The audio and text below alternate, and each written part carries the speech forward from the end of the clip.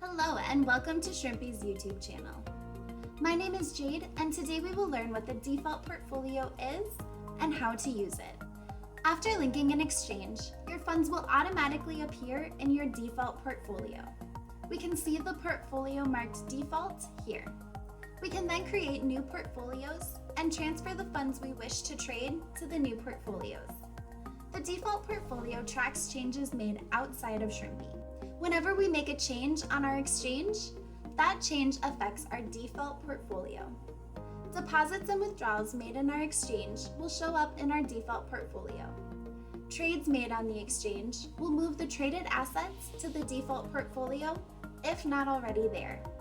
If you execute trades outside of Shrimpy, we recommend you remove or disable any automations associated with your default portfolio. Left enabled, the automation will immediately rebalance any funds added or traded into your target allocations as soon as the new funds are detected. If you do not perform outside transactions on your exchange, the default portfolio works the same as any other. There may be a time when you want to change the default portfolio. You can do this by selecting Manage Portfolios and clicking on the portfolio you want to make your default. Click the Settings icon and select Default Portfolio. We can now see our new default portfolio.